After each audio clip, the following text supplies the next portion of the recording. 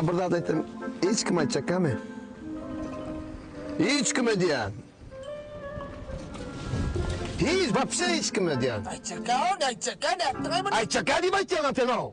Вообще hiç kim aytmadan kavga da aytacak. Gördün? Hiç kim olur ne açadın öyle? Ne açardım da hiç kim onu, hiç kim oluyor. Вообще hiç kim oluyor.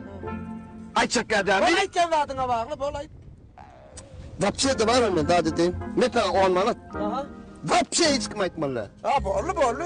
Hiç kim aytmalı. Yo bollu yok bu bunları al orta bol hemen hiç çıkmaz. Ona bol ayt bol. Şunun kapağının içinde. Otur var. Ne? Yavaş hiç kime? Hiç kime? Hiç kime? 10 manat verdim. Hiç kime? 10 manat verdim. Hiç kime? 10 verdim. 10 manat verdim. Hiç kime aytma. Aldın lan. Yavaş. Ha.